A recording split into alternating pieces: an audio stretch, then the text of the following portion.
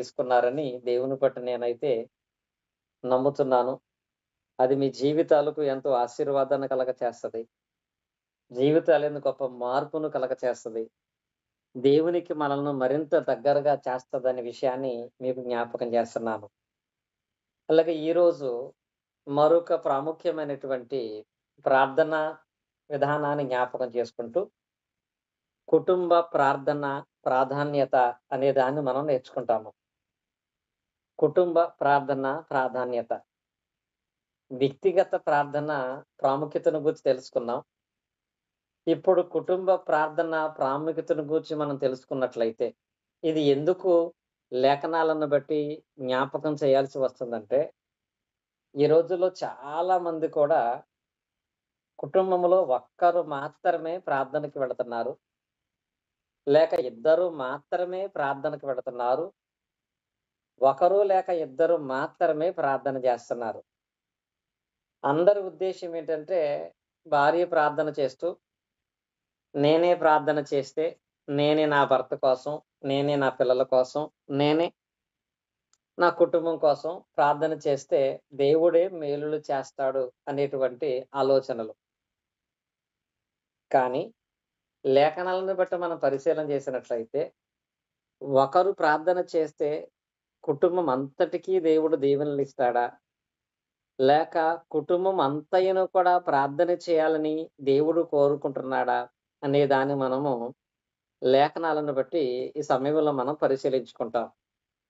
ఉదాహరణకి ప్రార్థన కాకపోయినా యెహెజ్కేలు గ్రంథంలో 18వ అధ్యాయాన్ని మనం పరిశీలన చేసినట్లయితే, యెహెజ్కేలు గ్రంథం 18వ అధ్యాయము 20వ వచనాన్ని మనం ఒకసారి చూద్దాం. యెహెజ్కేలు గ్రంథము 18వ అధ్యాయము 20వ వచనం. పాపము చేయువాడే మరణము నొందును, తండ్రి యొక్క దోష శిక్షను కుమారుడు మోయటలేదని, కుమారుని దోష శిక్షను తండ్రి మోయడు. నీతి పరుని నీతి ఆ నీతి పరునికే చెందును, దుష్టుని దుష్టత్వము ఆ దుష్టునికే చెందును. అంటే ఈ వాక్య భాగాన్ని బట్టి పరిశీలన చేసినట్లయితే, ఎవరు చేసింది వారికే వర్తిస్తుందా? ఒకరు చేసింది మరొకరికి వర్తించే అవకాశం ఉంటుందా? ఈ వాక్య ఎవడు పాపం చేస్తే వాడే మరణం పొందుతాడు. అలాగే ఎవడు నీతిపరుడైతే ఆ నీతి వానికే చెందుతుంది. ఎవడు దుష్టుడైతే ఆ దుష్టత్వం ఆ దుష్టునికి చెందుతుంది అనే మాట ఉంది కదా. మరి దీనిని బట్టి మన పాఠాన్ని ఒకసారి ఆలోచన చేస్తే, ప్రార్థన చేయువాడే ఫలితం పొందుతాడా?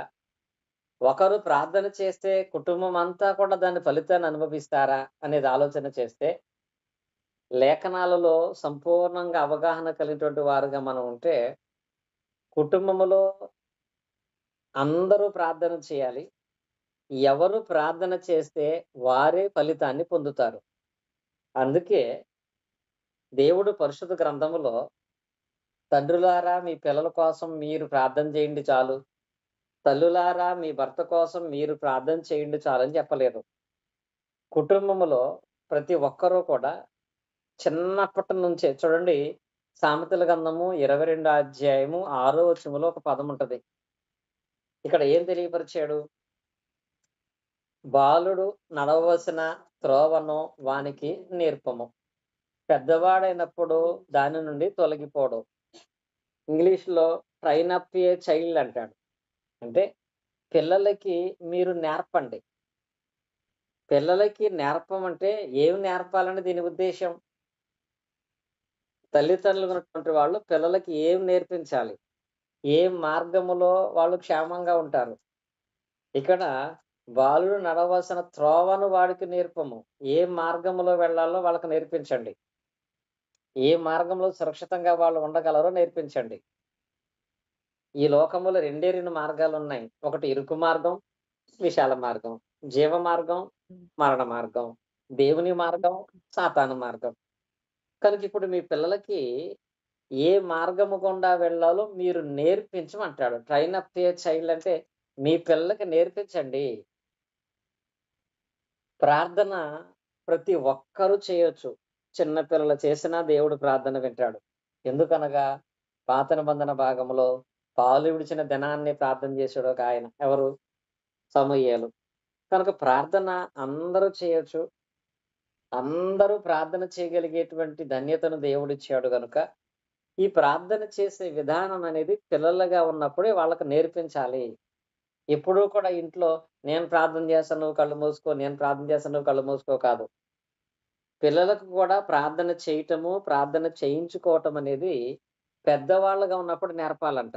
బాలుడుగా ఉన్నప్పుడు వాడికి నేర్పితే, పెద్దవాడైనప్పుడు బాలుడు దాని నుండి తొలగిపోడు.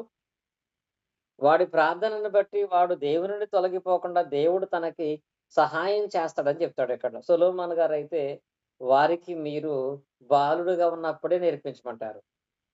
మోషే గారైతే ద్వితీయోపదేశ కాండం చూడండి 6వ అధ్యాయములో 7వ వచనం మనం చదువుకున్నట్లయితే ఇక్కడ ఏమన్నాడో చూడండి.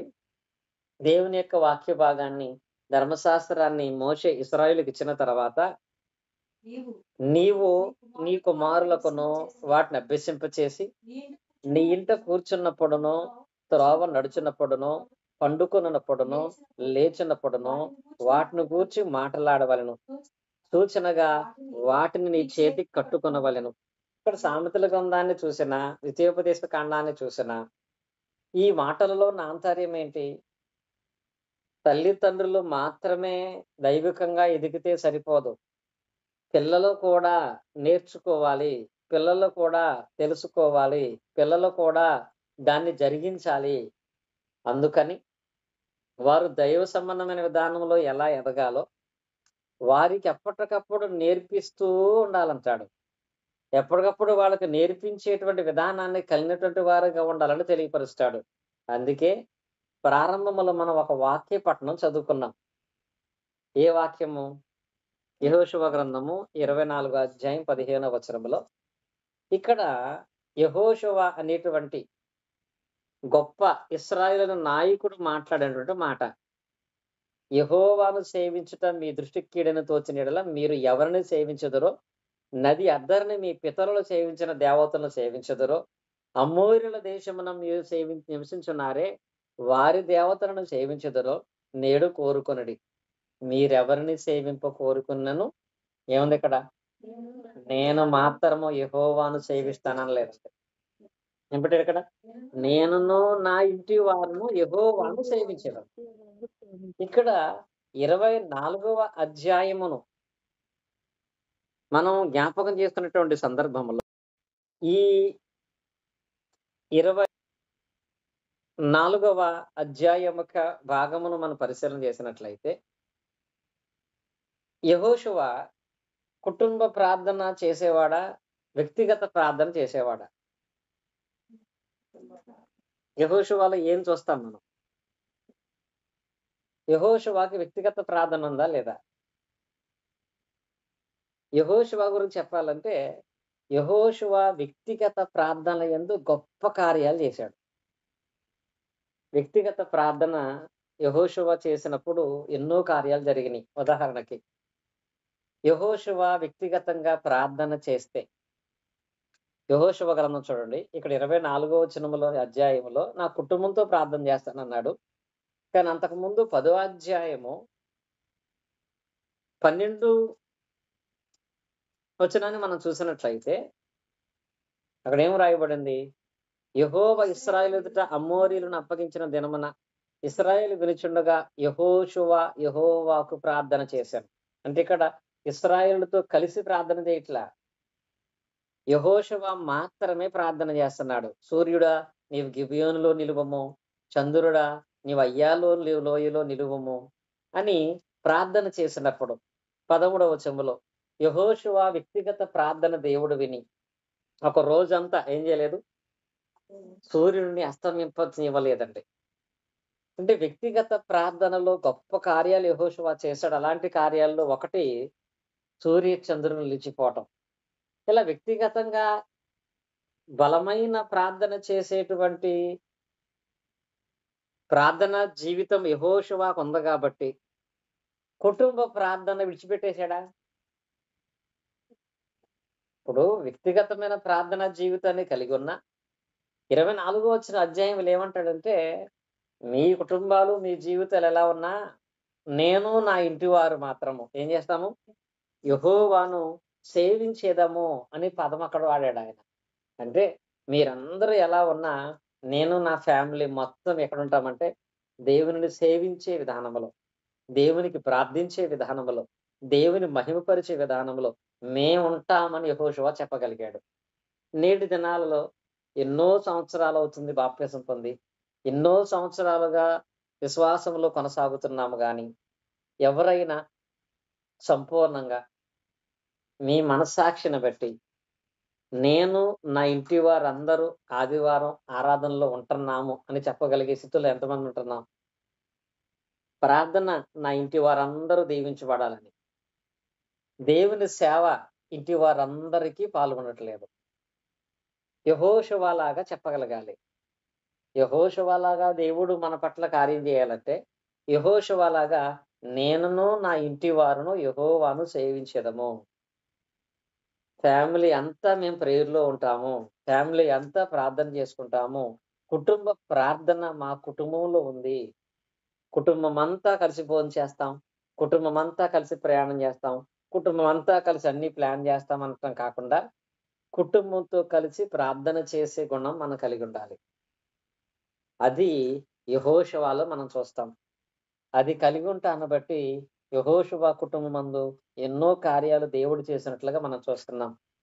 ఇప్పుడు వ్యక్తిగతమైన ప్రార్థన కలిగి ఉన్న, కుటుంబ ప్రార్థన కలిగి ఉండకపోతే కలిగే నష్టాలెలా ఉంటాయో మనం కొంతమందిని జ్ఞాపకం చేసుకుందాం.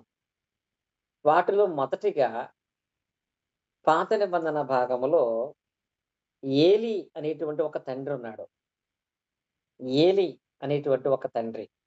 రాసుకోండి. ఒకటి ఏలీ తండ్రిగా పిల్లలకు నేర్పనటువంటిది.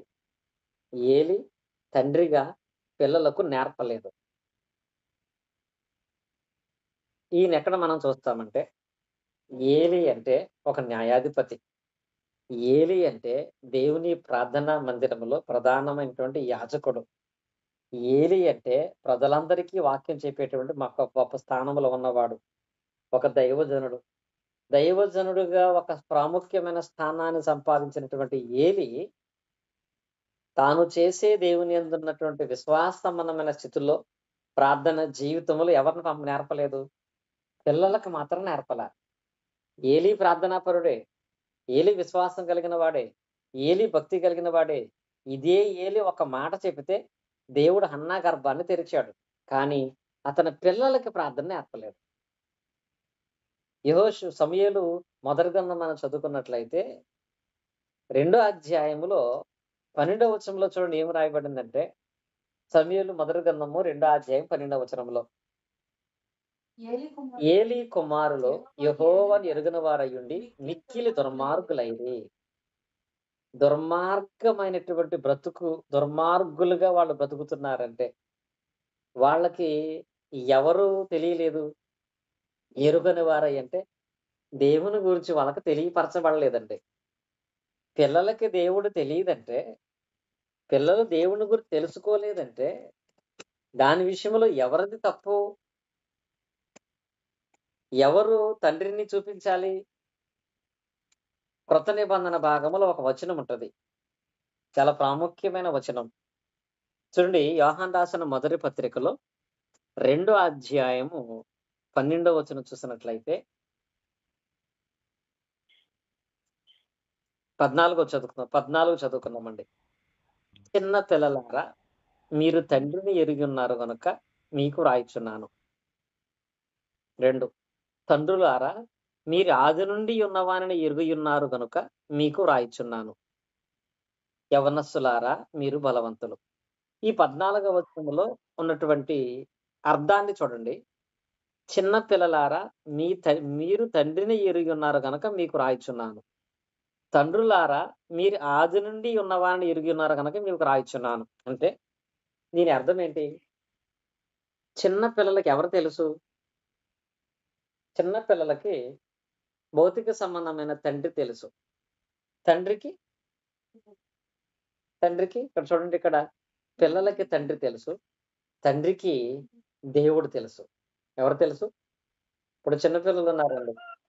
ఇప్పుడు చిన్నపిల్లలు ఉన్నటువంటి వాళ్ళకి దేవుడు తెలీదు. దేవుని గురించి వాళ్ళకి పూర్తి అవగాహన చేసే ఆలోచన శక్తి వాళ్ళకుండదు. కానీ ఎవరు తెలుసు? ప్రతి పిల్లలు కూడా వాళ్ళ నాన్న గుర్తిస్తారు. వాళ్ళ అమ్మను గుర్తిస్తారు. దేవుడంటున్నాడు, పిల్లలకి తండ్రి తెలుసు. తండ్రికి దేవుడు తెలుసు. ఇప్పుడు తండ్రిని పిల్లలు తెలుసుకోవాలంటే, అంటే దేవుణ్ణి పిల్లలు తెలుసుకోవాలంటే ఎవరి ద్వారా తెలుసుకోవాలి? దేవుణ్ణి పిల్లలు తెలుసుకోవాలంటే తండ్రిని బట్టి వాళ్ళు తెలుసుకోవాలి. ఇక్కడ ఏలి దేవునిని ఎరిగిన వాడుగా ఉన్నాడు గానీ, ఏలి ద్వారా పిల్లలు దేవుణ్ణి తెలుసుకోలేకపోయారు. నేర్పలేదండి. వ్యక్తిగతమైన పనిని ఏలి కలిగున్నాడు గానీ, ఫ్యామిలీ భక్తిని, ప్రేయర్‌ని ఏలి కలిగి లేడు. అందుని బట్టి ఏం చేయబడ్డారు వాళ్ళు?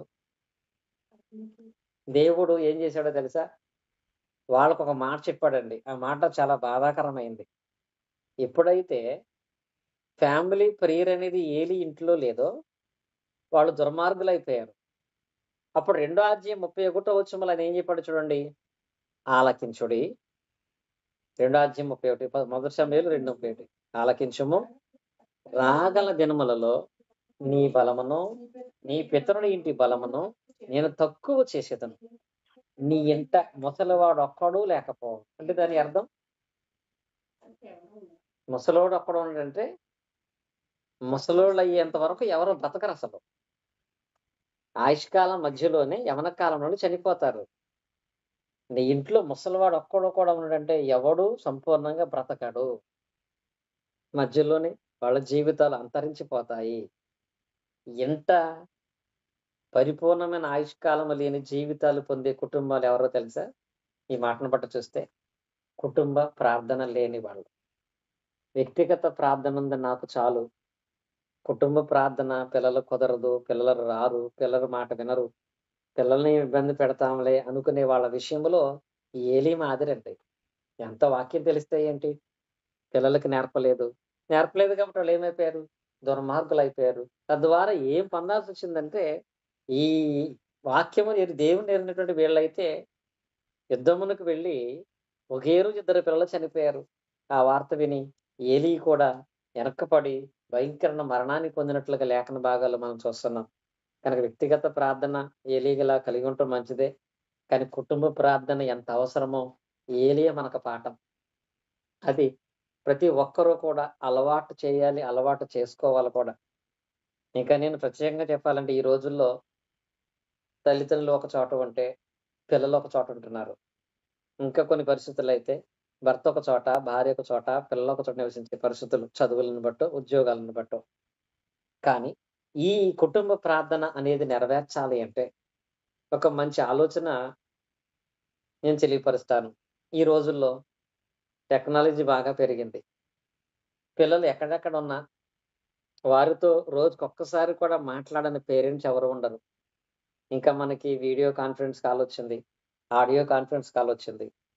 ప్రతిరోజు కూడా కనీసం ఒక 15 నిమిషాలు అంటే మిగతా టైంలో వాళ్ళ ఉద్యోగాల కొరకు, వాళ్ళ పనుల కొరకు, వాళ్ళ అవసరాల కొరకు లోకస్‌లో ఎన్నో మాటలు మాట్లాడుకుంటారు. కానీ కనీసం ప్రతిరోజు ఒక 10 నిమిషాలు కేటాయించి కరెక్ట్ టైం పెట్టుకొని సుమారుగా 8 గంటలు పెట్టుకొని ప్రతిరోజు రాత్రి 8 గంటల నుంచి మన టైం. 8 గంటల నుంచి 8 గంటల 10 నిమిషాల వరకు ఆ టైం ఓన్లీ దేవుని కొరకే. ఇంకా తిన్నావా? తాగావా? ఏంటి? సమస్యలేంటి? ఇవేం వద్దు. ఆ 10 నిమిషాల పాటు అందరూ ఒకే కాన్ఫరెన్స్‌లో అది వీడియో కాల్ అయినా, ఆడియో కాల్ అయినా ఒకే కాన్ఫరెన్స్‌లో ఉండి ప్రార్థన చేసి చూస్తే ఎంత కార్యం జరుగుతుందో తెలుసా? ఇది నేర్పించేటి అలవాటు చేస్తున్నామా?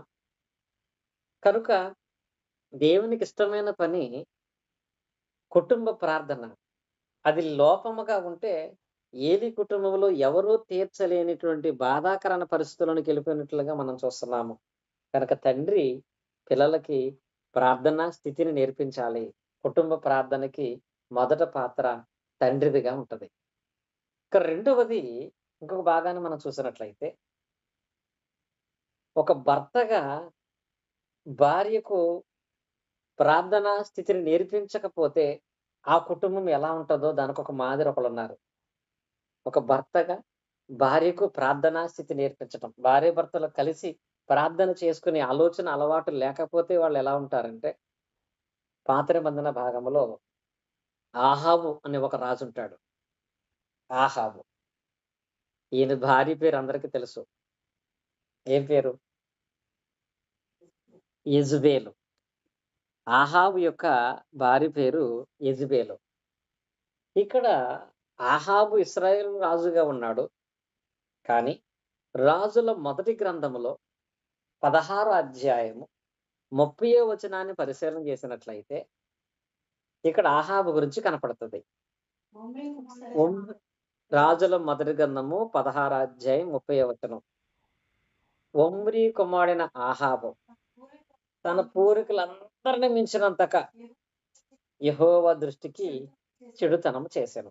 ఇప్పుడు పూర్వీకులందరి దృష్టి కంటే కూడా ఇప్పుడు ఆహాబు ఇశ్రాయేలుడే, దేవుని జనాంగమే. కానీ ఈయన దేవుని దృష్టికి ఎలా ఉన్నాడంట? చెడుతనం చేసేవాడు. మంచితనం అనేదే లేదండి. మంచి కార్యాలు దేవుని దృష్టిలో మంచిదేంటి? వాక్యం వినటం, ప్రార్థన చేయటం, దేవుని నామాన్ని మహిమపరచటం, పాటలు పాడటం. కానీ ఇక్కడ చెడుతనము మాత్రమే. దేవునికి విరోధమైనటువంటి చెడు స్వభావాన్ని అలవాటు చేసుకున్న వ్యక్తిగా ఆహాబు ఉన్నాడు. ఇలాంటి దేవుని దృష్టిలో చెడుతనముగా నడుచుకునేటువంటి ఆయనకి భార్య ఎవరొచ్చారంటే యెజబెల్ వచ్చింది. ఇప్పుడు భర్త అలాంటి వాడైతే భార్య ఇంకెలాంటిది అవుతుంది? నిజంగా యెజబెలు అంత క్రూరమైనటువంటి స్వభావాన్ని కలిగి ఉండటానికి గల కారణం భర్తే. ఆహాబుకి దేవుడంటే భయం లేదు. ఇంక భార్యకి భయం లేదని చెప్పటానికి భార్య విషయంలో ఆమె నిర్దేశించడానికి అవకాశం ఉండదండి. యజమానుడిగా భార్యను కంట్రోల్ చేయవలసిన వాడే, దేవునితో నడిపించవలసిన వాడే. భర్తే దేవుణ్ణే పూర్తిగా వదిలిపెట్టేస్తే, దేవునికి వ్యతిరేకంగా ప్రవర్తిస్తుంటే, భర్త ప్రవర్తనను బట్టి యెజబెల్ అలా మారటంలో ఎలాంటి ఆక్షేపణ ఉండదండి. అలా తాను ప్రార్థనా జీవితాన్ని కలిగి ఉండకుండా, తన భార్య కూడా అలాగే మారిపోవటాన్ని బట్టి, ఇరువురు దేవుని దృష్టిలో చెడుతనము చేసి ప్రవర్తించిన దానిని బట్టి, ఈ రాజుల గ్రంథంలో వాళ్ళ చరిత్ర ముగింపు ఎలా ఉంటుందో తెలుసండి? వాళ్ళని చివరికి వారి శవాలు కుక్కలు తిన్నాయి. ఇంత భయంకరం. యెజబెలు రక్తాన్ని కుక్కలు నాకినాయంట. అసలు యెజబెలు ముఖమే లేదు. ఇంత దౌర్భాగ్యకరమైనటువంటి పరిస్థితుల్లోనికి రాజు, రాణి వెళ్ళిపోయిన గల కారణం వాళ్ళిద్దరి మధ్య ప్రార్థన అని గాని, దైవ భయము గాని, దేవుని విషయమై గాని, ప్రార్థనకి వెళ్ళటం అనేది గాని, దేవుడంటే భయమే లేదు మొత్తం. అందును బట్టి వారు అంత దుర్మార్గమైనటువంటి దుర్మరణాన్ని పొందారు. దానికి కారణం చాలా మంది యెజబెల్ అంటారు గాని, యెజబెల్ కంటే ముందు చెడిపోయాడు ఎవరు? ఆహాబు. మరి ఆహాబుని బట్టే ఆమె అలా చేయబడింది. ఇద్దరిని బట్టి దేవుడు వాళ్ళకి అంతటి భయంకరమైనటువంటి శిక్షను విధించినట్లుగా మనం చూస్తున్నాము. అంటే 2 సందర్భాలు చూసాము. తండ్రిని బట్టి పిల్లలు దేవుని విషయంలో ఎదగాలి. అలా ఎదగకపోతే ఏలీలాగే ఉంటది. భర్తను బట్టి భార్య, భార్యను బట్టి భర్త ప్రార్థనా జీవితంలో ఎదగాలి. లేకపోతే ఆహాబు, యెజబెలుకి ఇప్పుడున్న మన కుటుంబానికి తేడా ఏముండదు. దేవుని విషయంలో ప్రార్థనా స్థితిలో కుటుంబంలో ఒకరికొకరు ఎలా వారి ఆత్మీయ జీవితాన్ని అభివృద్ధి పరుచుకోవాలి అంటే, ఇంకో సందర్భాన్ని జ్ఞాపకం చేస్తాను. సంసోను గురించి మనందరికీ తెలుసు. సంసోను గారి యొక్క తండ్రి పేరేంటి? సంసోను తండ్రి పేరు. చాలా సార్లు చెప్పా. బోర్డు మీద కూడా రాసుకున్నాం మనం. కాన్ఫరెన్స్ కాలంలో చెప్పండి ఎవరైనా. సంసోను తండ్రి పేరు. ఇంతవరకు సంసోను యుద్ధాలు గుర్తుంటాయి మనకి. మనోహ. Very good. సోదరులు ఫ్రాంక్లిన్ గా తెలియపరిచారు. మనోహ. సంసోను తల్లి పేరు బైబిల్లో రాయబడలేదు గాని సంసోను తండ్రి పేరు రాయబడింది. ఆయన పేరు మనోహ. కానీ సంసోను తల్లిని బట్టి మనోహ అనేక మార్లు ప్రార్థన చేయటానికి సిద్ధపడినట్లుగా మనం చూస్తాం. అంటే భార్య భర్తకి ప్రార్థన చేసే విధానంలో ఒక ఆలోచన కలగచేసింది. అది న్యాయాధిపతుల గ్రంథంలో 13వ అధ్యాయం మనం పరిశీలన చేసినట్లయితే ఇక్కడ 6వ వచనం నుంచి 9వ వచనం వరకు ఉన్న సందర్భాన్ని చదివితే మనకు అర్థమవుతుంది. న్యాయాధిపతుల గ్రంథము 13వ అధ్యాయము 6 నుండి 9 వచనాలు చూడండి. చూడండి, ఇక్కడ ఆ స్త్రీ అంటే సంసోను యొక్క తల్లి. తన పెనిమిటి యొద్దకు వచ్చి ఆ! అతని రోగము దేవదూత రూపమును పోలినది, మిక్కిలి భీకరముగా ఉండెను. అతడు ఎక్కడ నుండి వచ్చెనో నేను అడగలేదు. అతడు తన పేరు నాతో చెప్పలేదు గాని, ఆలకించుము, నీవు గర్భవతివై కుమారుని కలుగును. కాబట్టి నీవు ద్రాక్షారసమునే గాని మద్యమునే గాని తాగకుండకు, అపవిత్రమైన దేనినైనను తినకుండకు. నీ బిడ్డ గర్భంలో పుట్టినది మొదలుకొని చనిపోవు వరకు దేవునికి నాజీరు చేయబడిన వాడై ఉండినని నాతో చెప్పిన నేను.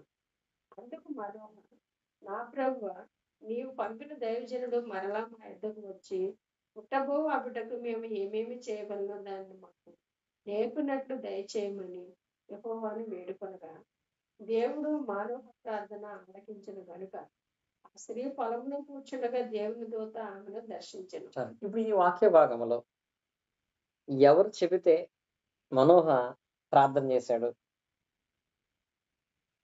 తన భార్య భార్య తన భార్య నాకు దేవుడు దర్శనము ద్వారా ఈ విషయాన్ని తెలియపరిచాడు. నీవు గర్భవతావని తెలియపరిచాడు. నేను గొడ్రాలుగా ఉన్నాను. ఆయనను నేను చూశాను గాని, ఆయనను గుర్తుపట్టలేనటువంటి పరిస్థితుల్లో ఆయన ఉన్నాడు. కనుక ఆయన నాతో ఈ మాట తెలియపరిచాడని తన భర్తతో పరిగెత్తుకొచ్చి, అంటే దేవుని వర్తమానము భర్తతో చెప్పగానే వెంటనే మనోహ ఏం చేశాడు? దేవునికి ప్రార్థన చేశాడు. అంటే ఇక్కడ తన జీవితంలో జరిగినటువంటి సంఘటన, అది తనే నమ్మకపోతే, తానే తన యందు విశ్వాసం ఉంచకపోతే, తర్వాత తన విషయంలో జరుగుతున్న ప్రతి దానిని భర్తతో షేర్ చేసుకునే మనసు, సఖ్యత వాళ్ళ మధ్య లేకపోతే మనోహ ప్రార్థన చేయవాడా? కనుక ఈ మంచి సఖ్యత, ఐక్యత అనేది కుటుంబంలో ఎప్పుడైతే ఉంటదో, ఒకరి కొరకు ఒకరు ప్రార్థన చేసేటువంటి అలవాటు ఉంటది. వెంటనే మనోహ అక్కడ నిలువబడి ప్రార్థన చేయగానే దేవుడు మనోహ ప్రార్థన ఆలకించనని ఉంటది ఇక్కడ. అలా ఆలకించి అత్యంత బలాఢ్యుడైనటువంటి సంసోనుని అతనికి కుమారుడుగా ఇచ్చినట్లుగా లేఖన భాగాల్లో మనం చూస్తున్నాము. కనుక కుటుంబమందు ఇది చాలా ప్రాముఖ్యమైంది. భర్త ప్రార్థన చేయట్లేదంటే కారణం భార్యే. పిల్లలు ప్రార్థన చేయట్లేదంటే కారణం తల్లిదండ్రులే. కుటుంబం విషయంలో ఈ బాధ్యతను ఎప్పుడైతే మనం కలిగినటువంటి వాళ్ళంగా ఉంటామో, దానిని బట్టే దేవుని యందు కార్యాలు మనం చూస్తాం. చివరిగా ఒక సందర్భాన్ని జ్ఞాపకం చేస్తాను. కుటుంబం అంతా కలిసి ప్రతిరోజు ఉదయాన్నే లేచి, దేవుని సేవించి, దేవుని స్తుతించి, దేవుని గణపరిచేటువంటి వారుగా ఉన్నటువంటి కుటుంబము ఏ కుటుంబం? ఒకరోజు కాదండి. ఎవరు? యోబు. జ్యోతి తెలియపరిచింది. యోబు గారి చరిత్ర భాగంలో మనం చూస్తే, యోబు గారికి ఎంతమంది పిల్లలు? 10 మంది పిల్లలు, భార్య. కానీ గొప్ప ధనవంతుడైనటువంటి యోబు, అంత ధనవంతుడు. యోబు అంత ధనవంతుడు ఇప్పుడు ఎవ్వరూ లేరండి. అంత ధనవంతుడుగా ఉన్న ఆయన, వాక్యభానుడిది యోబు గ్రంథం 1వ అధ్యాయం 5వ వచనం మనం చూసినట్లయితే, అరుణోదయమున లేచి వారిలో ఒక్కొక్కరి నిమిత్తమే దహన బలి అర్పించుచూ వచ్చాను. యోబు నిత్యము అలాగూ చేయుచుండెను. ఈ వచనం చదివినప్పుడు కొంతమందికి ఒక ప్రశ్న వస్తది. రోజు 10 మంది పిల్లలతో దేవుని నామాన్ని సేవిస్తూ, రోజు 10 మంది పిల్లలు కలిసి ప్రార్థన చేసుకుంటున్నారంటే, ఇలా రోజు కుటుంబ ప్రార్థన యోబు చేయటాన్ని బట్టి యోబుకు మేలు కలిగిందా? కీడు కలిగిందా? రోజు ప్రార్థన చేశాడు. కొంతమంది అనుకోవచ్చు లోకస్తులు, రోజు యోబు గారు ప్రార్థన చేశాడు. ఏం కలిసి వచ్చింది? అనారోగ్యం పోయింది, ఆస్తి పోయింది, బిడ్డలు పోయారు. ఏంటి ప్రయోజనం అని అనుకుంటారండి. కానీ దాని యొక్క సంపూర్ణతను ఆలోచన చేస్తే, కుటుంబ ప్రార్థన అనేది యోబు కలిగి ఉన్నాడు కాబట్టి, సమస్యలు, కష్టాలు, ఇబ్బందులు సహజంగా అందరికీ వస్తాయి. కానీ తిరిగి రెండొంతలుగా పొందగలిగాడు. అదే యోబు జీవితంలో కుటుంబ ప్రార్థన, పిల్లలు కూడా లేపి ప్రార్థించే అలవాటు లేకపోతే, సమస్యలు అందరికి వచ్చినట్టు అతనికి వచ్చేది కానీ, ఆ సమస్యల నుంచి రెండంతల ఆశీర్వాదాన్ని పొందుకునేవాడైతే కాదు అనేది మనం గ్రహిస్తున్నాము. కనుక మన కుటుంబ మేలులు ఆశీర్వాదకరమైన జీవితంలో ఎదగాలి అంటే కుటుంబ ప్రార్థన అత్యవసరమైంది. యోబులాగా అరుణోదయాన్నే లేచి పిల్లలతో కలిసి ప్రార్థించేటువంటి మనసును కలిగిగా ఉండాలి. అలాగే సంసోను తల్లిలాగా తన భర్త ప్రార్థించే విధంగా దేవుని మాటలు చెప్పగలిగినటువంటి వారై ఉండాలి. పేతురు గారు చెప్తాడు, మీ కుటుంబములో ఎప్పుడు ఏం ఆలోచించాలంటే చూడండి, పేతురు రాసిన మొదటి పత్రిక 3వ అధ్యాయం 27వ వచనం. పేతురు రాసిన మొదటి పత్రిక 3వ అధ్యాయం 27వ వచనం. అక్కడ ఏముంటదంటే, అటువలే పురుషులారా, జీవమును కృపావరం విషయంలో మీ భార్యలు మీతో పాలువారై ఉన్నారనిగి ఎక్కువ బలహీనమైన ఘటమని భార్యను సన్మానించి భోజనానికి అభ్యంతరం కలుగుకున్నట్లు అని ఉంటది అక్కడ. ఏముంటది? మీ ప్రార్థనకు అభ్యంతరము కలగకుండానట్లు జ్ఞానముతో వారితో కాపురం చేయాలంట. దేనికి? ప్రార్థనకు. అంటే పగలంతా భార్యతో లేక భర్తతో పిల్లలతో మనం ప్రవర్తించే ప్రవర్తన ఎలా ఉండాలంటే సాయంకాలం మేము నలుగురు కూర్చొని ప్రార్థన చేసుకోవాలి. కాబట్టి సాయంకాలం ప్రార్థనకు ఆటంకం కలగకుండా ఉండాలంటే ఇప్పుడు చిన్న చిన్న పొరపాట్లు చేసినా క్షమించాలి, కోపం తెప్పించుకోకూడదు, సమాధానంగా ఉండాలి అని సాయంత్రం ప్రార్థన చేయాలి అనే దృష్టితో వారిని సన్మానిస్తూ ఘనపరుస్తూ ప్రార్థనకు అభ్యంతరం కలగకుండా చూసుకోవాలట. ఎందుకంటే వ్యక్తిగతమైన విషయాలను బట్టి ప్రార్థన ఆగిపోయిందంటే, ప్రార్థన ఆపేశామంటే దేవుని వల్ల పొందే ప్రతి ఆశీర్వాదం కూడా మనకి ఆగిపోతుంది కనుక. చాలా మంది కొంచెం జోకులు కూడా చెప్తా ఉంటారు. భార్య పుట్టింటికి వెళ్దాం అనుకున్న తర్వాత భర్త ఎన్ని తిట్టినా మాట్లాడదంట. ఎందుకు? ఏమాత్రం ఎదురు తిరిగి మాట్లాడిన పుట్టింటికి పంపడేమోనని. అవునా కదా? కానీ బైబిల్ ఏం చెప్తుందంటే, ప్రార్థనకు సాయంత్రం కుటుంబం అంతా కూర్చోవాలంటే పగలంతా సహించండి ప్రార్థన కోసం, భరించండి ప్రార్థన కోసం. సాయంత్రం ప్రార్థన చేస్తే అందరి మధ్య సమాధానం, సంతోషం వచ్చేస్తది. అది పొందటం కొరకే మనం ఓపిక కలిగి ఉండాలి. అప్పుడే కుటుంబం ఆశీర్వాదకరంగా ఉంటది.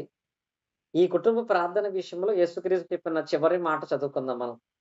యేసుక్రీస్తు చెప్పినటువంటి చివరి మాట మత్తయి సువార్త 10వ అధ్యాయము 12, 13 వచనాలు చూసినట్లయితే, మత్తయి సువార్త 10వ అధ్యాయం 12, 13 వచనాలలో ఏమంటాడంటే, ఆ ఇంటిలో ప్రవేశించచ్చు ఇంటి వారికి శుభమని చెప్పుడి. ఆ ఇల్లు యోగ్యమైనదైతే మీ సమాధానం మీ మీదకొస్తది. అది యోగ్యమైంది కాకపోతే, ఆ ఇల్లు యోగ్యమైనదైతే మీ సమాధానం దాని మీదకు వచ్చును. అది యోగ్యమైనదైతే, అయోగ్యమైనదైతే మీ సమాధానం మీకు అంటే ఇక్కడ యేసుక్రీస్తు ఇంటి గురించి మాట్లాడుతున్నాడంటే అది ఏ ఇంటి గురించి? పెంకుటిల్లు గురించో, బిల్డింగ్ గురించో కాదండి. ఇల్లంటే ఏంటి? కుటుంబం. మీరు ఏ కుటుంబం ఒక ఇంటికెళ్తున్నప్పుడు ఆ ఇంటికి ఏం చెప్పమన్నాడు? శుభమని చెప్పు. ఆ ఇల్లు యోగ్యమైంది ఎప్పుడవుద్ది? భార్య మాత్రమే ప్రార్థన చేసి అది యోగ్యమైంది కాదు. భర్త మాత్రం ప్రార్థన చేసి యోగ్యమైంది కాదు. భార్య, భర్త, కుటుంబం అంతా ఎప్పుడైతే ప్రార్థన జీవితాన్ని కలిగి ఉంటారో వారు యోగ్యులు. అప్పుడే ఆ ఆశీర్వాదం అంట, ఆ సమాధానం అంట దాని మీదకి వెళ్తదంట. అది అయోగ్యమైందంటే ఏమవుద్ది? సమాధానం తిరిగి వెళ్ళిపోద్ది. క్లుప్తంగా చెప్పాలంటే ఒక కొండుంది. ఆ కుండకు 4 రంధ్రాలున్నాయి. ఈ 4 రంధ్రాలు కుటుంబంలో ఉన్నటువంటి నలుగురు సభ్యులు. భర్త, భార్య, 2 పిల్లలు. ఇప్పుడు కుండలో పోసే నీళ్లు నిలబడాలంటే ఒక రంధ్రాన్ని మాత్రమే మూసేస్తే సరిపోద్దా? ఏం చేయాలి? 4 మూయాలండి. సరే 2 మూసేశారు. నీళ్లు పోస్తే ఉంటాయా? 3 మూసారు. నీళ్లు పోస్తే ఉంటాయా? ఒక్కటి చాలు అన్నీ పోగొట్టడానికి. కుటుంబంలో ఒక్కరు చాలు దేవుని ఆశీర్వాదాన్ని మనకు దూరం తీయటానికి.